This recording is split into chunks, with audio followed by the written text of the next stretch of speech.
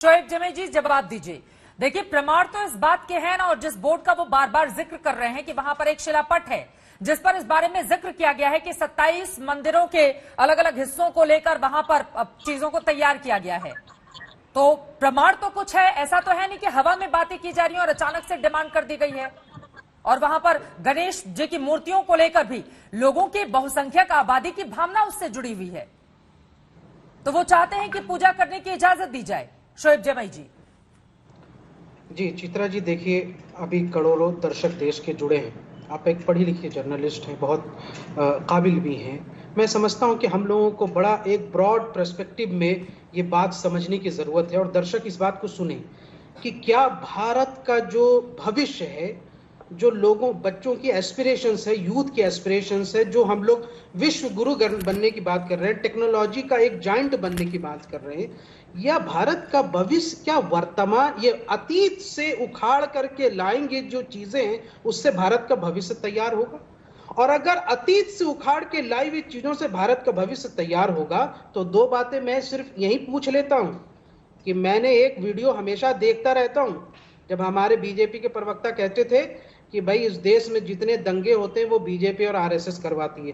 अब वो वाले गौरव भाटिया सच्चे थे या अब थे, ये भी तय करें। नंबर 2 कि अगर अतीत की तरफ आप देखेंगे तो ये भी इल्जाम लगता है कि आपकी पार्टी के आइडियोलॉजी के लोग वो स्वाधीनता संग्राम में महात्मा गांधी के साथ नहीं दिए और उन्होंने नॉन डिसिप्लिन मूवमेंट का मुखालिफत की। पूजा की इजाजत को लेकर चर्चा हो रही है ना, अगर पूजा को लेकर चर्चा हो रही है तो थोड़ा जिस मुद्दे पर हम डिस्कशन करने के लिए बैठे हैं उस पर बोल लीजिए। गौरव जी, आरती जी, एक सेकंड उनकी बात पूरी हो जाए जरा। शोएब साहब, वहाँ पर प्रमाणों के आधार पर ये बातचीत हो रही है। शोएब साहब से बोलना चाहती हूँ, मैंने जो बात कही उसका भी प्रमाण है।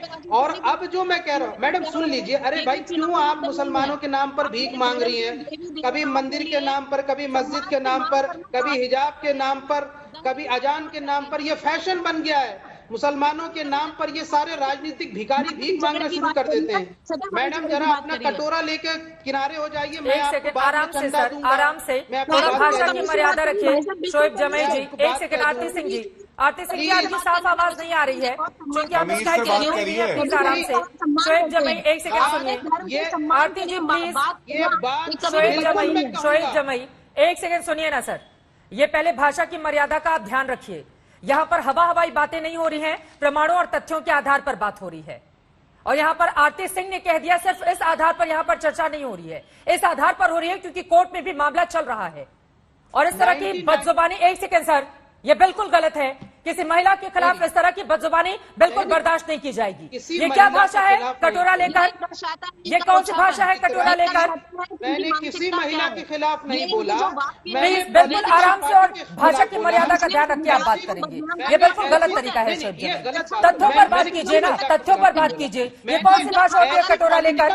कौन कटोरा लेकर आपसे क्या मांगने जा रहा है? मुसलमानों के नाम पर मांगना, वोट मांगना इनका पेशा बन गया है, इसलिए मैंने ये कहा। ठीक है, ओके, महिला नहीं किया। लेकिन कटोरा लेकर कोई नहीं जा रहा है। ठीक है, आराम से। तथ्यों के आधार पर यहाँ पर बातचीत हो रही है और तथ्यों के आधार पर आप भी बातचीत कीजिए, सिवाय इसके कि हम गलत बयानी करें यहाँ पर। ठीक है आरती जी, दोनों लोग बोलेंगे समझ में नहीं आएगा। आरती सिंह जी प्लीज, आरती सिंह जी प्लीज, दोनों लोग बोलेंगे समझ में नहीं आएगा। उनकी बात हो जाए तो बोलिएगा। आरती सिंह जी प्लीज। कटोरा लेके जाना पड़ा तो भी जाऊंगी सर। ठीक है, अपने घर के सम्मान के लिए ये भी पूछा जाएगा ना कि 2000 से अगर आप दावा कर रही हैं आरती जी कि वहां पर पूजा पाठ नहीं हो रही है तो ठीक इलेक्शन के पहले ही आपको याद क्यों आई? ये सवाल भी आपसे पूछा जाएगा। लेकिन उसके पहले एक बार शोएब जी की बात पूरी हो जाए, एक बार उनकी बात पूरी हो जाए, फिर आ रही हूँ आपके पास। नहीं, मैं आपने बिल्कुल सही कहा, मैं सम्मान करता हूं। मेरी बात से किसी को अगर खेद पहुंची है, कुछ तकलीफ, तो मैं इसके लिए खेद व्यक्त करता हूं। मेरा कतई मकसद किसी को पर्सनल अटैक करना नहीं था। लेकिन मैं एक मुद्दे की बात कर रहा हूं। क्या 1992 का रिलीजियस प्रोटेक्शन एक्ट जो है वो हमारे पार्लियामेंट से तैयार हुआ? आप पहले पार्लियामेंट में तो डिस्कस करें कि क्या इस एक्ट में हम डाइल्यूशन हो सकता है, नहीं हो सकता। अनटिल अनलेस इस एक्ट में डाइल्यूशन नहीं होगा, किसी भी कोर्ट में ये मुद्दा जायज ही नहीं है, टिक ही नहीं सकता, क्योंकि एक तय हो गया पैमाना।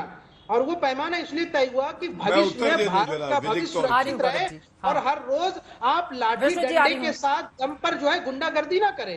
लाठी डंडे के साथ जाके दुकानें बंद करा दो, लाठी डंडे के साथ जाकर के अजान बंद करा दो, लाठी डंडा लेकर के। ये देश में क्या चल रहा है? हम कैसे विश्व गुरु बनेंगे? आप कानून से चलते हैं या लाठी डंडे से चलते हैं, ये बताइए पहले।